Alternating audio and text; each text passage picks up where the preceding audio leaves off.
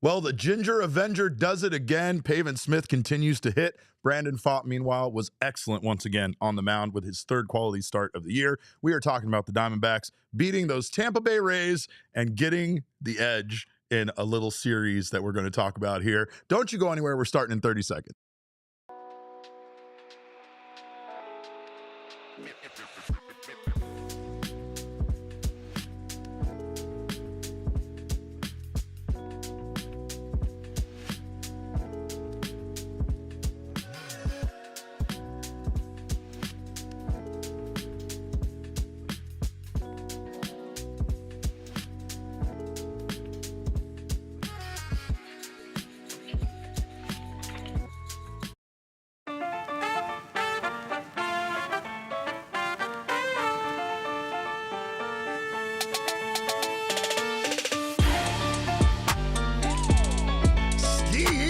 Welcome in to another edition of the PHNX Diamondbacks podcast right here on PHNX. My name is Derek Montilla, occasionally known as your mayor of PHNX. I got my guy, Kevin Thomas, occasionally known as Large Intimate on the ones and twos tonight.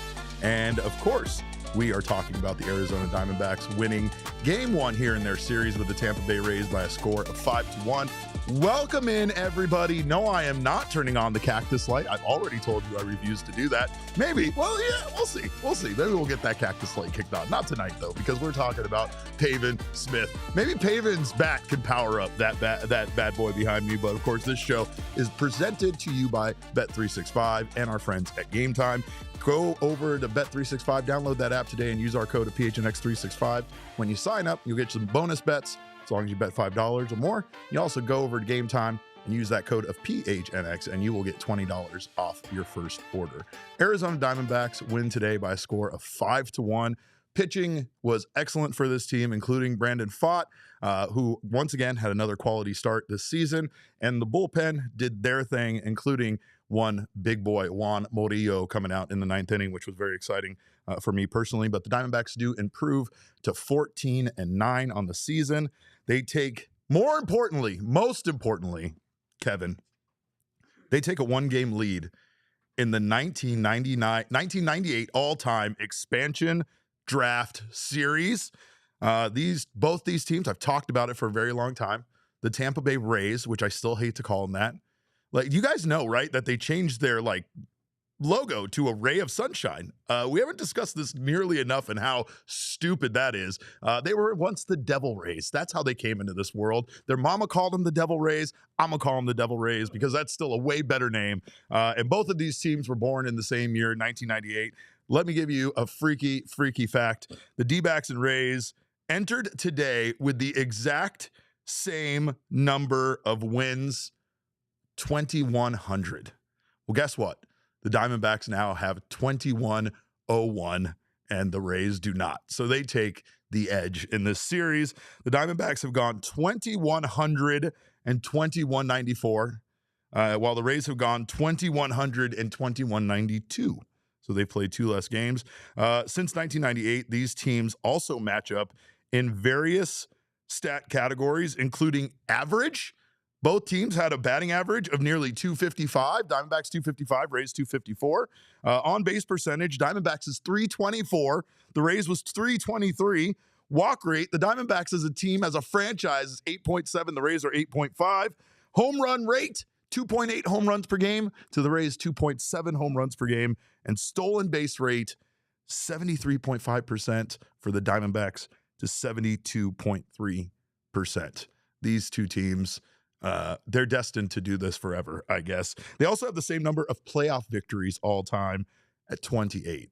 Make it make sense. The most important thing is the Diamondbacks have a World Series and the Rays absolutely do not. The Diamondbacks also are still snakes, while the Rays are a goddamn ray of light, which is the dumbest thing I could imagine, and I still can't believe that's happened. They didn't deserve to win today, and they absolutely didn't. The pitching got the job done today, but the offense was rolling. The Diamondbacks did their thing. Could feel like this was going to be a low-scoring game early on, but Diamondbacks definitely had a little bit more going on. Geraldo Perdomo stole his 17th base in this game. That leads all shortstops in Major League Baseball. And Corbin Carroll started a brand new on-base streak, hitting streak, after seeing his previous streak end on Sunday. Corbin today was 1 for 3 with a double, 2 runs scored, and a walk. So, again, he continues to do his thing. But a lot of offense from the Diamondbacks in this one. Tim Tawa showing off the power of positivity. Solo home run added into the Diamondbacks lead in the 5th inning. That was a 387-foot home run with 107.6 mile per hour exit velo. So that was kind of didn't go very far, but went there fast. But the big dog in this game offensively is Pavin Smith, and Pavin Smith continues to be the big dog for this team offensively as a whole. He was incredible tonight. He had a double in the 1st inning. He did not score. He was stranded. Then in the 3rd inning, Pavin hit a 2-run home run to give the Diamondbacks the lead. He also walked in the 8th inning, and he has just been incredible. That home run that he hit went 420 feet, which, that's something that made me giggle. And because it did, it is our Sanderson Ford deep drive of the game. Pavin just continues to do it for this team this season. He deserves all the accolades, and it's just been a very pleasant, it's a very pleasant surprise, right? We knew Pavin Smith eventually was going to be a much better player than he's been in the past. But this is different, and we have more from Pavin. Here's Pavin on that home run and exactly what he saw there. Yeah, it seemed like he was I hit a slider his first time up, and he seemed like he was throwing a lot more splitters to guys after me, and I wasn't all the way sitting off speed, but I knew he was going to try to pitch around me a little bit, and got to 3-2, kind of battled, was still thinking he might come off speed, and kind of just reacted to the fastball. Pavin Smith has been not only a pleasant surprise, as I said, but the Diamondbacks' best hitter right now. Pavin is hitting .397 with a .500 on base percentage and a 1.259 OPS. So the man is doing it offensively at the dish for the team this year. He talked a bit about hitting as a DH, right? And it was interesting to hear him kind of discuss some of this stuff. Basically, being a DH, he has more time. You're not going out there defensively on the other half of the inning. So he talked about going and hitting in the cage. He's talked about looking at the iPad, even though he doesn't have a tremendous amount of iPad use. Doesn't like the iPad too much, but he said he did. He has been using it to kind of get caught up and see what adjustments he can make. And he's just been on a hot streak right now. Here's what he had to say about his hitting. Yeah, it seems I think the main difference this year is just like being able to make adjustments quicker.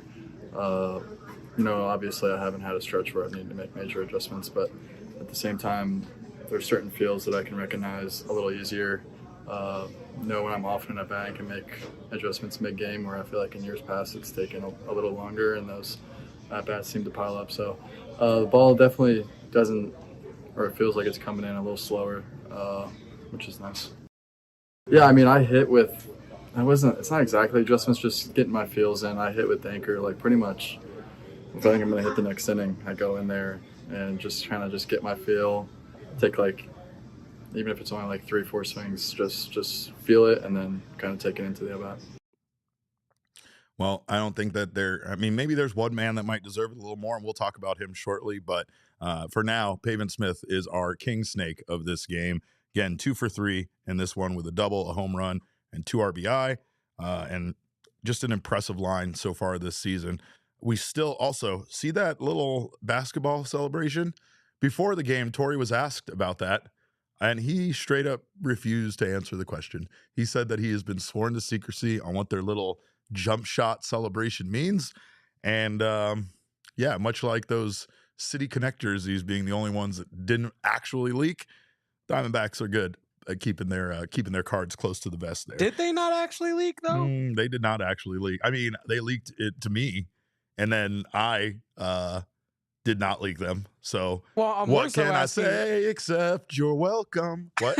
I'm more so That's asking to the Diamondbacks. That's not to you guys. I know you guys want to see them. Can you tell people that the jerseys on social media that are circulating right now are A, real, or B, fake? The one that says Arizona Diamondbacks across the front is fake. Not fake. It's just not the final design. Not the genuine article? So we talked about this a little bit, but the one that ended up on eBay was essentially a prototype. So it's not that jersey wasn't a final contender potentially for what the Diamondbacks were going to go with. But I have seen the jersey myself. I've seen the jersey on Corbin Carroll, and I will tell you right now that it does not say that. It does not have that font. It does not look like that. A lot of it is very similar, though. And all I can say is I can't wait for you guys to see the hat. The hat is fire. I haven't talked about how fire the hat is, but the hat is fire. I also told one of our friends in the chat that the hat, I'm 99% sure, has been sitting in plain sight in front of our eyes in the team shop at one point. It's not there anymore, but I know very, very, very much that it was just right there, right in front of our eyes. We didn't even know that we were looking at the new City Connect hat. So there's a little tease for you. Let's see. Lawrence Harmon says City Connects won't have the full team name. No, they won't. I will tell you that. What else we got? We got any other questions? Michael says, Derek, please stop making me want a new hat. You're going to want this hat so bad. You're going to want this hat so bad, Michael. The hat might be better than the jersey. Steven says, I'm leaking again. Sorry, Steven Bananas.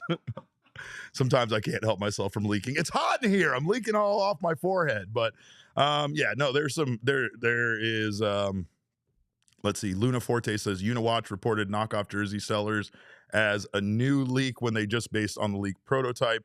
Yeah, that one that's going around, that's all I'll say is it might not be far off from that. You might very much be looking at the Diamondback City Connect jersey, but it's not that one. It's not exactly that one. I still don't know about the number on the back because I didn't get to see the back of it, but I don't like that number situation. The whole font situation on that jersey is bad and awful and can go away. But the pinstripes, the little, if you haven't noticed, there's snakeskin in there, and the gradient. That's all. That's not going anywhere, folks. So just wait until those drop. By the way, I will remind you that if you were wondering why they haven't dropped yet and think they're going to drop tomorrow or the next day, despite maybe somebody on social media saying right before it leaked that I knew that they were going to leak, I will say this, that they still have 2 more jerseys to introduce. So just as a reminder, that's what my guy Tyler wanted everybody to remember, is that there are 2 more jerseys that still need to make their actual debut before the Diamondbacks City Connect makes its debut.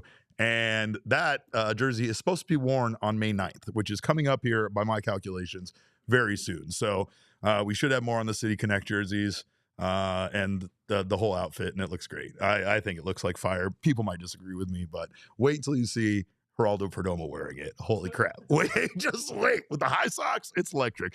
Speaking of electric, Josh Naylor has been electric. Pavin Smith has been electric. Torey refused to call them a platoon. Maybe I'm wrong for doing so, but that whole situation over there at first base, DH, along with Randall Grichuk, has been very positive for this team. Naylor added an RBI single in the 8th inning that kind of locked this one up for the Diamondbacks. He was 2 for 4 today with 1 RBI, and he is currently hitting .341 with a .955 OPS. So the Diamondbacks situation as far as replacing someone of Christian Walker's caliber over there at first base still might not be as good defensively as an option, but so far the results offensively are much better than what's being produced by guys that left this team. And of course, you know what that means. It's time once again to spy on our exes. So let's do a little spying on our exes here, boys and girls. I have a stat that probably this was maybe going to be a throwing shade, and then I decided that it was too gross, too mean to be a throwing shade. But former Arizona Diamondback Jock Peterson is 0 for 40 in his last 40 at-bats. I will repeat that once again. Jock Peterson in his last 40 at-bats is 0 for 40. He's currently hitting 055. He's hitting 055. Not 100, not 155, not 550. He's hitting 055. Again, I don't know how this happens to a baseball player, especially somebody that produced for the Diamondbacks at the level that Peterson did last year. But all I can say is overall, it feels very good that the Diamondbacks decided to go with Pavin Smith and Josh Naylor via trade rather than pay Jock Peterson what he wanted to be paid. Maybe the same could be said for Christian Walker. I don't all I want to do is sing the Walker song. That's all I want to do. I want to sing it for you guys. I want to sing it on the show. I want to play the funny video I made. I can't do that anymore. But the consolation here is that Christian Walker is currently hitting 188. He has 2 home runs on the season and 5 RBI. In fact, me and Alex Weiner, I can't take any credit for this because it's mostly Alex Weiner from Arizona Sports 98.7, but we were discussing it. If you took half of Pavin Smith's hits and gave them to Jock Peterson, half of his hits, and gave them to Jock Peterson would be hitting 268 instead of 055. And if you took away half of Pavin's hits, like Pavin just donates those hits out of sympathy to Jock Peterson, Pavin Smith would still be hitting over 200. He would be hitting like 207, I think is his calculation that we came to. That's how good Pavin Smith has been this year. And now I feel like this turned into throwing shade, even though that's not really the direction I wanted to go. Stephen Michael is absolutely right. Mike Hazen wizardry. And it's not just that, because there's another guy who we're going to talk about who had a big night, who definitely also equally deserved to be King Snake, and that's one Brandon Pfaadt. We are going to talk about him on the other side of this break.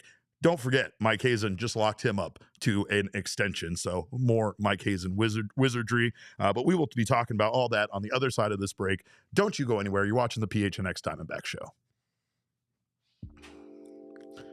Well, I would throw shade, but I don't have my Shady Rays with me, and I really don't know where they are right now. And if I did, in fact, lose them again, I do know Shady Rays is probably getting sick of hearing from me, but they do have the best lost and broken replacement plan in all of eyewear.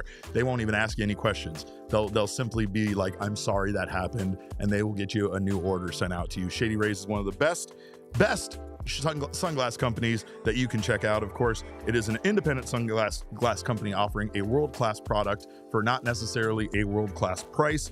They have durable frames and crystal clear optics. They have some amazing polarized lenses, including their Color Rush lenses that you got to check out. And again, with so many colors available, you'll find a pair that's perfect for you. If for some reason you order them online and you don't absolutely love them, you can return them or exchange them for free within 30 days. Shady Rays team always has your back with personal and fast support.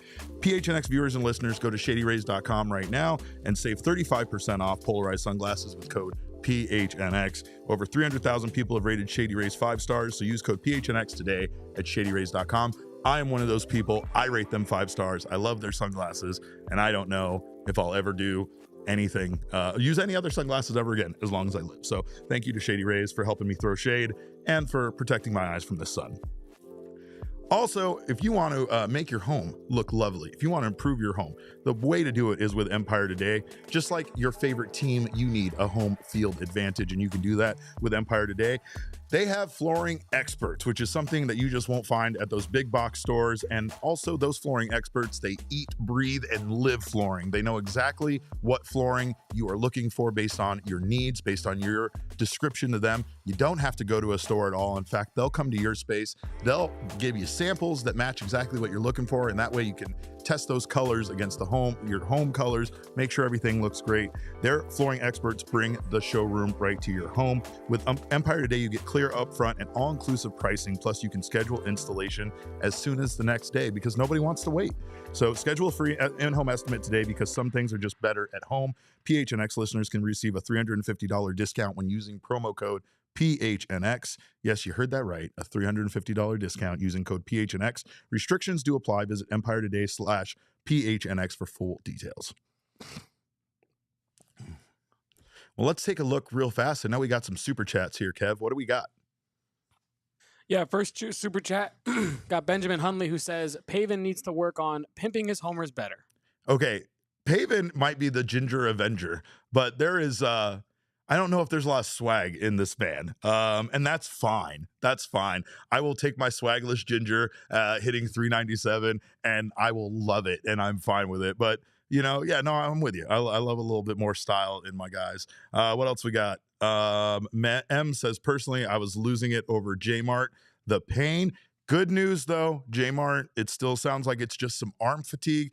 Torey Lovullo told us after the game that he just needs one more day. We're going to talk about that here a little bit, including having some video here from Torey. So hopefully everything is good with J-Mart. Just some dead arm, which sounds a lot worse than it is. But I promise you, it sounds like it's not going to be a very long stint. In fact, Torey confirmed there's not going to be any imaging or anything done for J-Mart. Benjamin Hunley says, who told Naylor that he's the next Ricky Henderson? Let's talk about it. I don't like it. I don't think a lot of you like it. I do appreciate what Josh Naylor's done this year. It's not like he hasn't been successful in stealing some stolen bases, but it to me kind of feels more like a novelty rather than something you should be doing all the time. Like, for me, it makes me laugh. Ah, ha, ha. Oh, look, there goes Josh Naylor stealing another base. It's not so funny when he gets out on the base path. And again, that's everything in baseball. Everything's great when things are working. They're not when they're not. But I'm with you. I appreciate the fact that Naylor is pressing the action on the base path more than some of our speedier runners. But again, I don't really want to see it as often as we're seeing it. Jim Bridger in the chat says, missed you, Stinky Snakes. Keep Chase Stinky. No, Jim, we are not. We're brushing our teeth. We're all brushing our teeth, Jim. And I don't know. I'm going to say, I'm just going to call him Brandon Mathers. That's as close as I can get. So shout out to my brother who took me to our first game this season. Great win. Thank you so much for your super chat. We appreciate you all. Our guy AZ Cats G says, going to see a lot of King Snake Pavin this season. Hell yeah, we are. Hell yeah. Well, another guy that we might see a lot of King Snakes for is one Brandon Pfaadt, who once again had another great outing today. He was really leaning heavily on his sinker usage and his changeup today. Sinker was 33% of the time. And that was something pretty interesting from Brandon Pfaadt. We have more from him in the clubhouse on using that sinker. Yeah, it's just a different pitch to get me back in the zone. I say that because in warm-ups it felt terrible, and I was like, oh boy, but we were able to use the sinker pretty good today, and then we got good results. I know he's very quiet there in the video, and I assure you he's even quieter in person. You guys are probably hearing him better than I actually did, but Steven Bananas in the chat says, I told you he's our ace, Derek, and right now Brandon Pfaadt is absolutely pitching like an ace. In fact, baseball's funny because the only run that scored against Brandon Pfaadt came on a Cameron Misner double there in the second inning. That double, Kevin, you want to know how stupid baseball is? That double had an XBA, an expected batting average of 0.060, a 6% chance of falling in for a hit based on expected batting average. And it did for a double. And then he scores again there on a Jake Magnum RBI single. That would be the only run allowed of the day by the Arizona Diamondbacks. Brandon Pfaadt goes out there. He goes 6 innings strong, gives up 4 hits, 1 earned run, did not walk anyone, and struck out 5. We have more from Torey Lovullo after the game on his guy, Brandon Pfaadt. Well, just that. Staying away from that big inning is always what a pitcher's trying to do and get to. I don't think he really puts himself into harm's way by walking batters. He's always in the pocket. He's always around the zone. He's always following a game plan. He's always one pitch away from getting out and getting back into a little bit of a rhythm. So that's been him.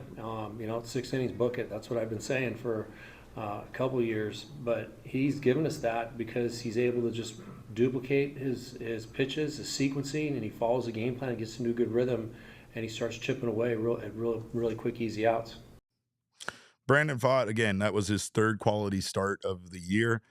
He pretty much has gone out there and given the Diamondbacks 6 innings strong every time he goes out there, which is what Brandon Pfaadt does. And he almost gave him a 7th inning, but because he really just cruised through that 6th. The 6th inning, it just seemed like Brandon Pfaadt was getting stronger as the game went on. First, we'll hear from Brandon Pfaadt on getting stronger throughout the outing, and then we'll also hear from Torey Lovullo on why he didn't send him out there for the 7th.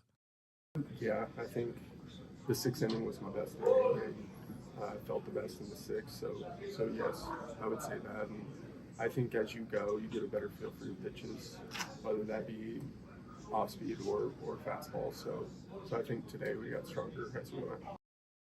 No, not really. We get into that pitch range, and I agree with you. We get into that pitch range, into that 100 pitch range. We had a pretty good plan moving forward with the 3 guys that we ended up using, and Shelby would have been available to close the game for us. But no, I totally agree with you. The 6th inning was the cleanest for me. It was super easy, just went to work. I felt like he was showing signs of fatigue in the 5th. His ball started to cut a little bit. Some of the numbers weren't the same, and the pitching coach Cap and I had a good discussion about it, and we just said we'll keep our eye on him through the 6th and see where he's at. So that was kind of the right decision in my opinion. The first thing Torey answered was actually my question about Brandon Pfaadt and the first, what he's changed this year and how he's not giving up that big inning. And that's what Torey said when he said that exactly that he's not giving up the big inning. Brandon Pfaadt was at 93 pitches. There's a good chance that if they send him out there for the 7th, then all of this wonderful work that he put in, kind of could be wasted.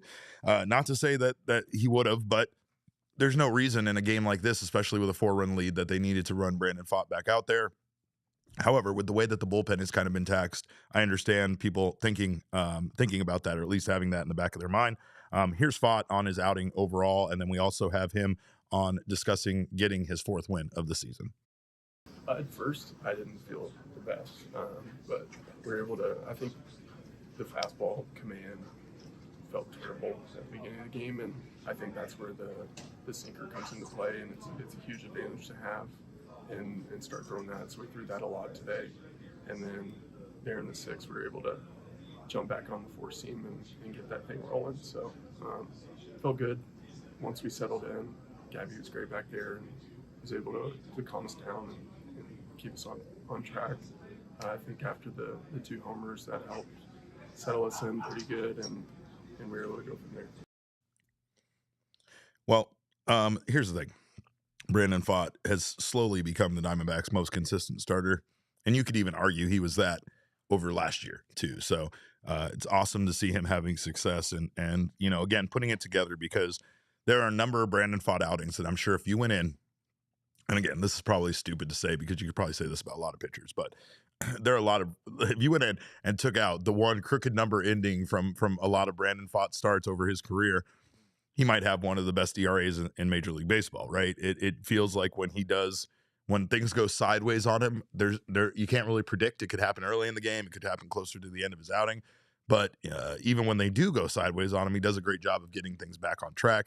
Now the big difference really feels like Pfaadt is not letting things go in that direction. Also, we have an appearance from Girth Jr. in the chat, and I've never been happier. I can't wait to meet you in real life, Girth Jr. He says, wonder if the Cubs are actually good or just a bluff early start. Cubs had another amazing comeback victory over the Los Angeles Dodgers, and it's starting to look like that team has no quit in them. But the Diamondbacks seem to have no quit in them. Like I said, this team improves to 14 wins on the season. They are now 14-9, and the bullpen looks incredible. Once again, solid night from the bullpen. Tea time. I'm teed up right now. Ryan Thompson. We talked about my time in Vegas, and we also talked about the John Cena match. Neither one of us were very pleased with it. He went out there after me pumping him up through full of wrestling knowledge, and went 1 inning, only walked 1. Beaky Baby continues to be good for this team. Got himself in a little bit of trouble. Got out of it with a double play. He went 1 innings pitched, 2 hits allowed. And then our big fella, Juan Murillo, going out there in the 9th. And again, you got to kind of like the fact that this guy that just got called up was put in the high leverage situation, even though a 5-1 ball game might not be really high leverage. He went out there, got it done. 1 innings pitched, 1 walk from him. So and a strikeout for him. So I'm fully teed up right now. I am absolutely the Travis Scott appearance, like watching Joe Mantiply come in the pitch. Oh, and isn't Meltdown by Travis Scott? Yeah. Oh, there's too much Travis Scott right now on this episode, just like there was too much Travis Scott on WrestleMania for sure. My God. But Tanner says, Murillo looks good so far. Yeah, because his name almost sounds like Montilla. So that's the reason why. He's a star. No, I've been excited. That big fella had himself quite the spring. He was really impressive. He throws hard, throwing around 99, 100 miles an hour.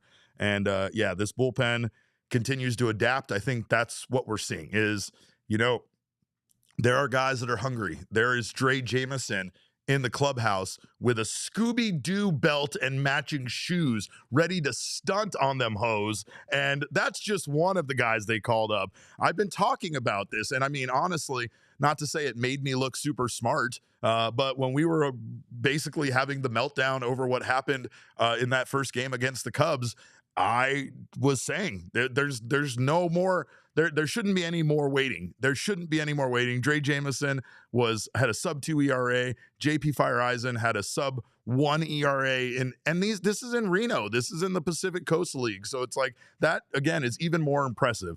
You call these guys up, and I'm telling you, man, Dre Jameson is going to be something special for this team. I'm saying that just based on his apparel.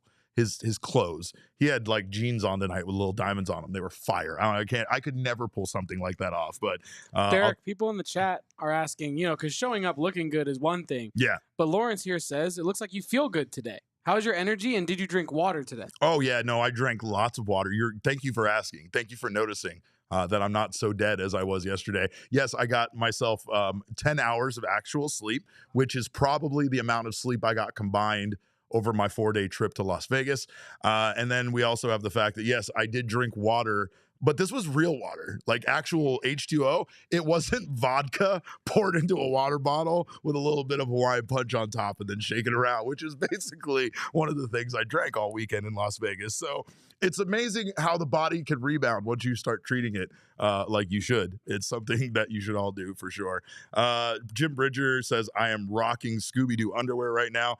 I am not, Jim, but I am rocking clean underwear. And that's something that, once again, I want to remind you to do no matter how many games the Diamondbacks win in a row. But this was a big one. Like I said, Diamondbacks take the edge in the 1998 all-time expansion series now with 2,101 victories this season. And before we get out of here, I guess do we have anything else that I missed on the clips besides the stuff about the guys? That I think I got everything right. We have we still have Lovullo on J-Mart. We have the Jake McCarthy conversation still yet to have. All right. And then Brandon Pfaadt also spoke about winning his 4th straight. Oh, let's hear from Brandon Pfaadt on winning his 4th straight. Just going deep in games.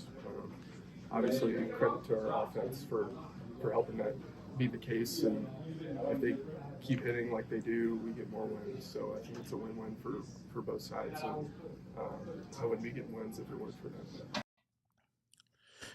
I want to say that Pfaadt is like the coolest customer that I've ever seen. Like his demeanor is exactly how it is all the time. His demeanor there that you see in the clubhouse is the same demeanor he has on the mound. It's the same demeanor when he knocks down a liner and then casually picks it up and tosses it over to first base like he did in this game.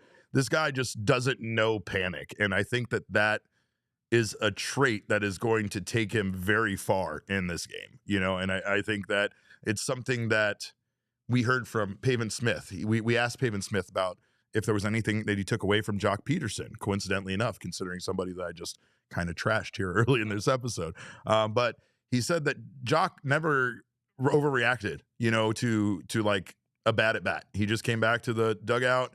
He'd work on his stuff and just kind of move along. And I think Pavin has kind of learned the DH role and what you can do to stay busy during that downtime and how you can stay productive. Mostly that's the thing. He said that and essentially, making the adjustments that he's made at the plate, making the adjustments that he's made, based on what pitchers are throwing and making those adjustments faster. Usually he kind of discussed having to waste an at bat at times in order to make those adjustments. So hopefully Pavin can continue this hot streak. More importantly, hopefully some of these guys that you guys are bringing up can get out of their slumps that they're hitting in right now, because my God, we need Gino back and we need Lourdes Gurriel back, right? Lourdes Gurriel now hitting 171. Gino's hitting 152. He was 0 for 2 today. Gurriel 0 for 3 today, but at least he had an RBI sac fly. I don't know. This is not great from the guys beyond, I guess, the 5 through 8 hitters. Because even Tim Tawa had a home run today, and his numbers don't look great, but Tim Tawa still has a 200 average with an 839 OPS. So he is absolutely getting, at least adding something to this team, even though his batting average isn't great right now. On the other side of this break, we are going to go ahead and take a look at the numbers from this game. And then we're also going to give you an update on some injuries before we get out of here. Appreciate you guys. As always, love you guys so much. You're watching the PHNX Diamondbacks show. Of course, another way I made it through my trip to Las Vegas was with Pure Edibles, and that's a great way for you to have yourself a great time. Pure Edibles, they were founded right here in Arizona. They're available in 130 dispensaries statewide.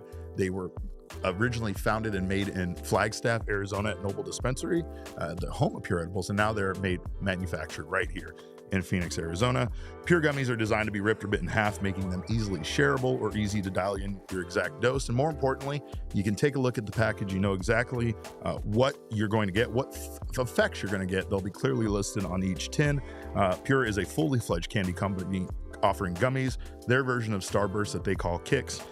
They got some chews, which are soft candies like caramels, and then also hard candies. Their gummy helps for sleep support as well as candies with uplifting effects. So you can make sure, once again, you can see those effects clearly listed on the tin and make sure you're enjoying exactly what you want to enjoy. I suggest the sleep gummies because it's a great way to get your sleep schedule back on track. And after a while, you won't even need them because you'll be getting yourself into a groove, much like Brandon Pfaadt.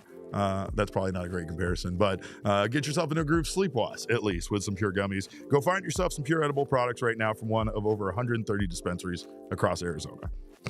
And speaking of our favorite thing to do, which is road trips, Circle K is the place to go for road trips. I got myself a little beef jerky action. Got based on Shane's suggestion. I definitely got some yogurt pretzels because the minute he brought those up on the show, I didn't stop craving them until we left on Thursday. And of course, you can stop by Circle K wherever you're going. You don't even need to go on a road trip. Stop by right now. A great day to stop by there would be on April 24th because that is another Inner Circle Fuel Day where Inner Circle members can save 40 cents per gallon from 6 a.m. to 11:59 p.m. at night. You can also enter the Circle K Big Giveaway. That's going to happen on May 6th. Customers can enter to win prizes, custom cash, and so much more. Visit circlek.com/big-giveaway.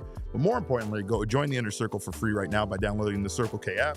Terms and conditions apply at participating locations. Visit circlek.com for details.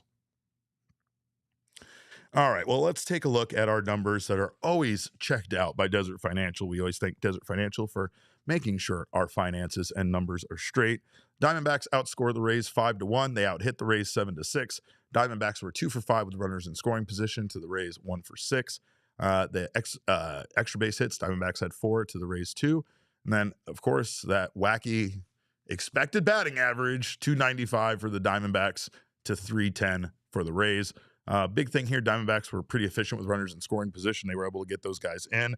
And more importantly, the pitching today, again, was phenomenal for this team. Brandon Pfaadt, I mean, I don't know what more you could say about what he has done for this team and what he has become for this team. Same thing for Pavin Smith. Both of these guys are guys that came up from the Diamondbacks system. Both of these guys are guys that were very... I guess, I don't know where Pavin really ranked with high prospects, but I know when he was drafted, Pavin was thought of very highly. Brandon Pfaadt, same thing.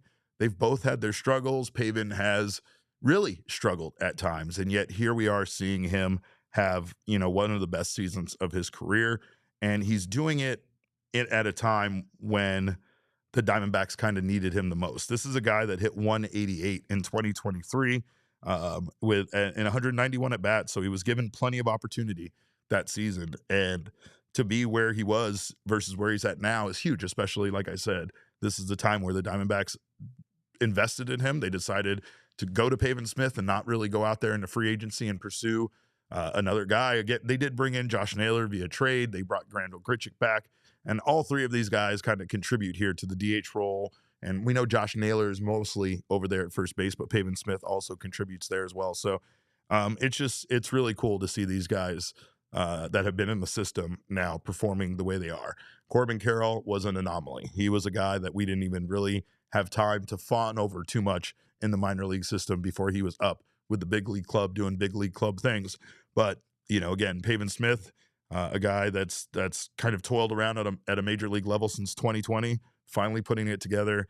And not only that, but the Diamondbacks need it because those guys, the 5 through 8 guys, those are guys that contributed quite a bit last year, contributed quite a bit in their time being here, and so far haven't really been able to get the job done. So it's good on Pavin Smith, man. It's really cool to see. What else do we have here? We got some super chats? We do indeed have some super chats. Stephen Bannis says, plug in the cactus and let's celebrate.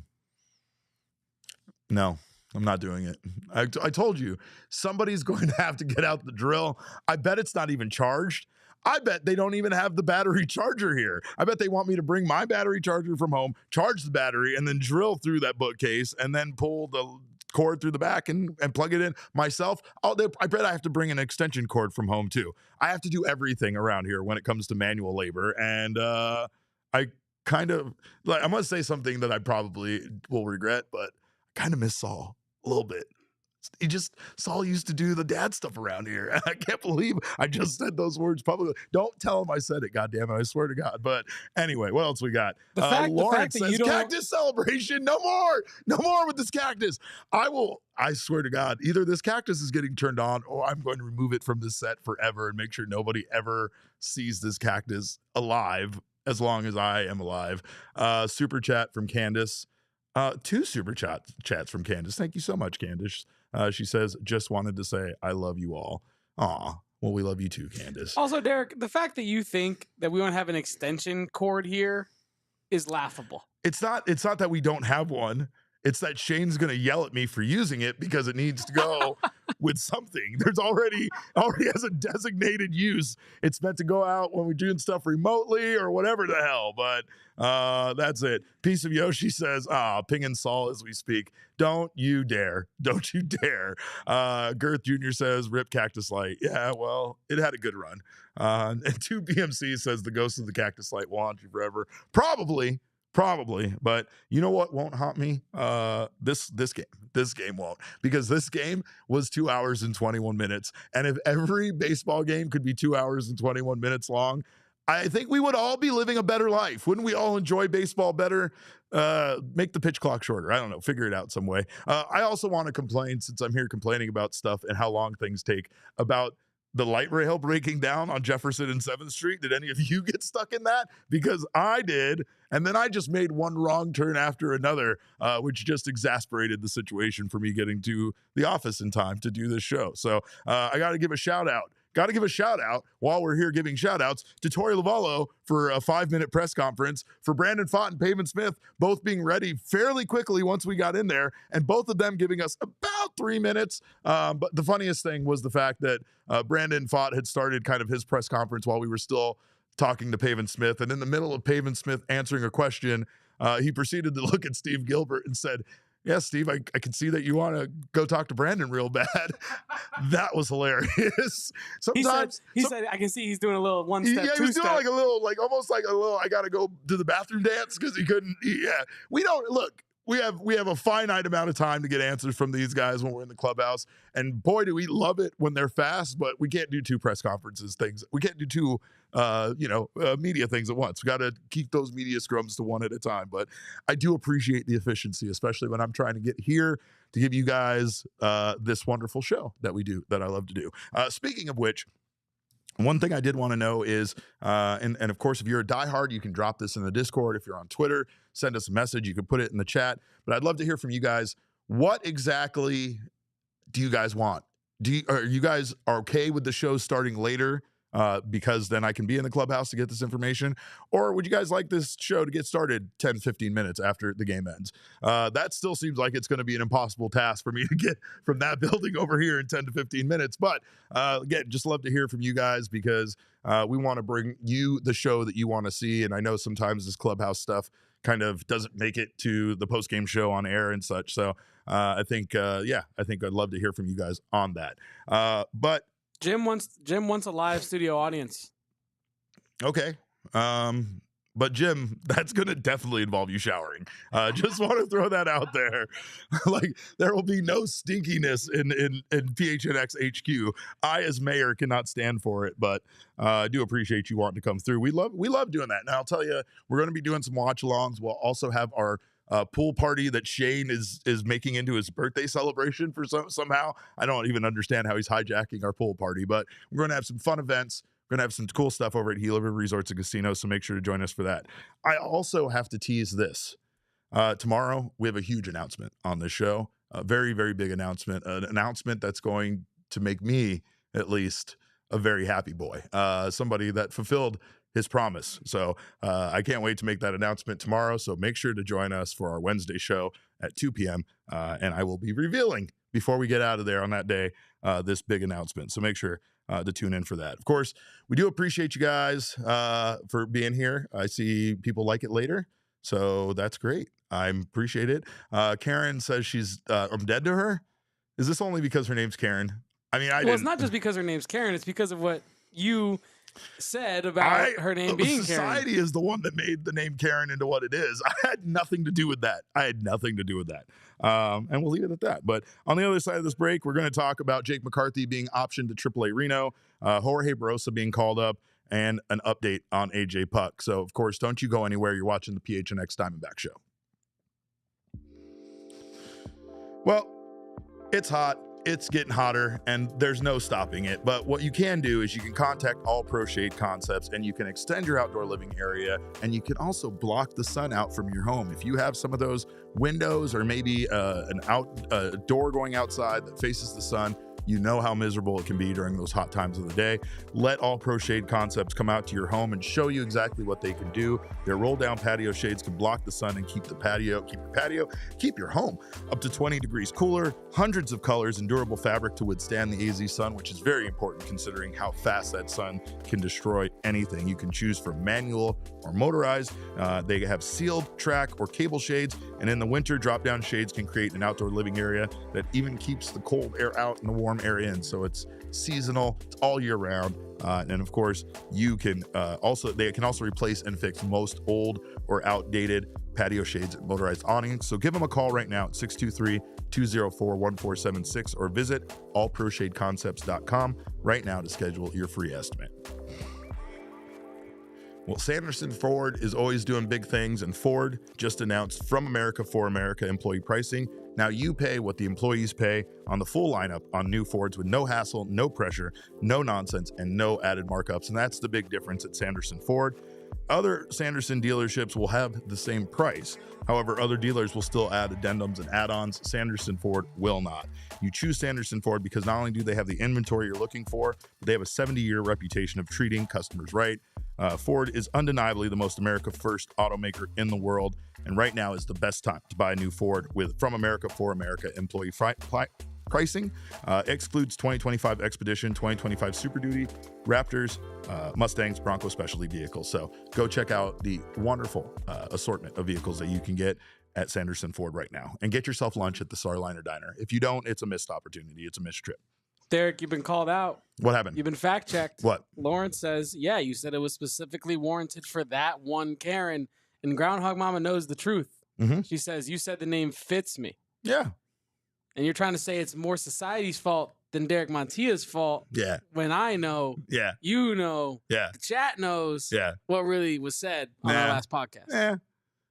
You can take it how you want to take it. If you want to take it negatively, you can. I just said her name very much fits her. It's Karen. A good thing for her is anything else. What am I supposed to call you a different name? You're Kevin. You're large intimate. I can't just call you something else now. Come on. That's ridiculous. But I'm just trying to talk my way out of it at this point. Jake McCarthy was optioned to Triple-A Reno in a oddly quiet move. He was just added to the transaction page without a corresponding move being made. Usually the reason why the Diamondbacks don't send out an official move to the media like they did or didn't do was because they didn't have the corresponding move, or they hadn't told the player that they were getting called up. In this case, it was Jorge Barosa being called up. And here was more from Torey Lovullo on why Jake was sent down to Triple-A Reno.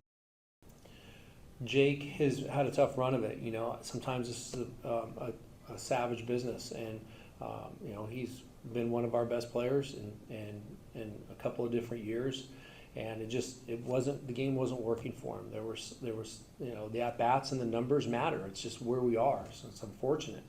And then there were some mistakes that were being made around his game that we felt like it was all connected. So the at bats, you know, going whatever he was is hard to do.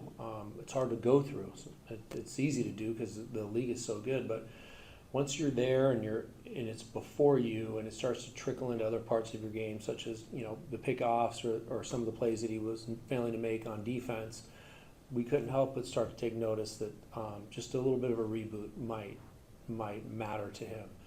He wasn't comfortable with the decision. I didn't expect him to be comfortable with the decision, but I know Jake is built on the right things, and he's going to find his way back here, because I do believe, and I will say this, like I said it every year, our best outfield and our best team has Jake in it. Yeah, I think it takes a little bit of a shift in the mental approach. It's frustrating, you know. I know what I told him is just look like you're going on a 2 or 3 week road trip and get your butt back here as soon as possible. So I've used that one on him before. Sometimes it works, sometimes it doesn't. But the one time I referenced it, I think it was during his breakout season was 22, if I can remember correctly. We sent him down, and he sat in my office and said, "You're sending the wrong effing player down. I'm going to go down and dominate, hit 400 for you, and I'll be back." And I reminded him of that conversation, so I'm hoping it flushes like that. How many options do you have left on him? I don't know that. I have very little to do with the up downs, Barry. So I walk in. Okay, let's go. Yeah.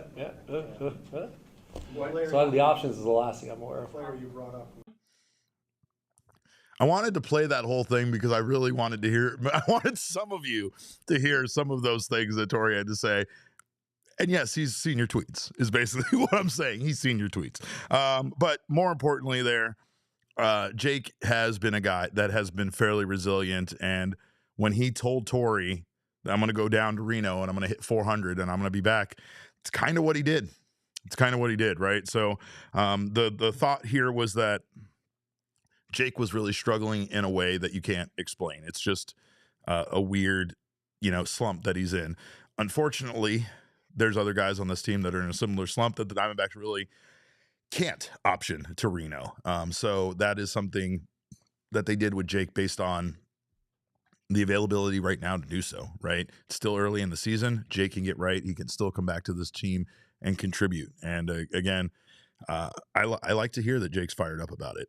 I don't want a player at a major league level to accept being sent down to the minors. I want to make it motivate them. I want to make them angry, and I want them to prove, to Torey and to the franchise that this is absolutely, was a mistake, and I'm going to be back and I'm going to be better than ever. It's not really a mistake if, for the most part, if he can go down, especially to Reno, where it's kind of easy to get right and get himself back on track. But unfortunately, he is not doing the thing right now. So I agree with Torey in the aspect that, this team really does have its best outfield when Jake's a part of it. Right now, Alek Thomas, even though he's not performing much better at the plate, has been having much better approaches, like Torey said there. Talked about controlling his lower half. And, again, there's just certain things they look for. Even when guys are struggling, there's just certain things they look for that we don't see. I got a chance to talk to Randy Johnson today, which was a thrill for me. By the way, if you haven't had a chance to do so, they just opened a new exhibit in center field at the Dbacks Hall of Fame and History area that they have over there. And it features some of Randy Johnson's framed photographs. And, man, he is incredible. He is incredible. Jim Bridger says, "You think we can call up Randy Johnson to pitch in place of AJ Puck?" I don't think we can do that, but Randy Johnson did say that he's talked to some of the young guys. He said that he's given them some advice. He's praised them for the work that they've put in. And he also went on to say that he feels like this starting rotation is probably the best that the Diamondbacks has ever had. So that's a very encouraging words from a legend there. But speaking of AJ Puck, we did receive a non-update today, I believe is how you would reference it. We don't have anything from Torey on that. We have more from Torey on J-Mart, which we'll get here to in a second. But unfortunately, no updates on AJ Puck. Torey Lovullo did in fact say that he did not know the results of the MRI. But what he did know was that the team was going to get a second and possibly third opinion. Now, I don't want to speculate too much on this because it's a bad thing, right? And I don't want to speak out of turn without knowing that too much information about it myself. Torey, in fact, in the past has said that the medical team tends not to tell him everything until they feel like he needs to know, because Torey can be dangerous with that information at times. So in this case, second and third opinion typically means that the first recommendation is Tommy John surgery. I doubt that they're looking for a second and third recommendation if the initial results of the MRI is positive. Maybe that's the case. Maybe you're looking for other treatment options, or maybe you're just trying to see if there's any other way to avoid a season-ending surgery like Tommy John surgery. But this would be the second for AJ Puk in his career. And even though there are guys like Daniel Hudson that have made the case for coming back from 2 Tommy John surgeries, it's not always the case for a reliever, at least somebody that was as elite as AJ Puk was for this team last year. So Steven Banana says, I need Pucktober. We all need Pucktober. I just don't know if we're going to get it. And again, unfortunate news from Torey. We definitely wanted to see something more encouraging from this. But yeah, you're right. I was sitting next to Jack Summers when he said that, and I also tweeted out the same thing. Second and third opinions are not good, because usually, again, you're not getting those for good things. You're getting those for trying to make sure that if you're making a decision on a season-ending surgery, that multiple experts agree on that being the way that you want to handle it. Meanwhile, and I guess the kind of good news is that J Mart, it sounds like he just needs one more day, but we should see J Mart pitching out of the bullpen again, potentially by the finale of this series against the Tampa Bay Rays. I think we do have video from Torey here on what he had to say about J Mart. J Mart's doing okay. We probably need one more day. We check in on him just to see how he's feeling. And he's close to 100%. We're just going to take our time with that, and behind what's going on with AJ, we just want to make sure and take our time with him. So, I told you guys today he'd most likely be ready. I feel the same way about tomorrow. So we're going to keep our fingers crossed that he comes out and he says it's go time and he's ready to go. Lawrence said there in the chat, so you're looking at J Mart as the closer, I believe is what he said. A little bit up there, Kevin, the other direction. So that said, you were looking at J Mart as a closer. Yeah, that's most likely the case. With only Jalen Beeks right now being the only left-hander in the bullpen, I just can't see the Diamondbacks going to any kind of committee situation. They're going to need Jalen Beeks to be available throughout the rest of the appearance, throughout the rest of the outing. So you don't really have that, that dual threat of a lefty and a righty going in the bottom of in the ninth inning, right? So I think Trey Jameson still has a chance of finding his way there. He was my pick early in the season as kind of a dark horse candidate to not only make the bullpen, but possibly end up in that closer role. And it's only because Trey Jameson literally has fire in his blood. He has fire in his blood. His wrist. And he what? Fire in his blood and ice on his wrist. Fire in his blood. Ice on his neck. I got close to that chain today. That chain is impressive. My man has all the style in the world. I can't say that enough. But that's all we got here for you guys for today.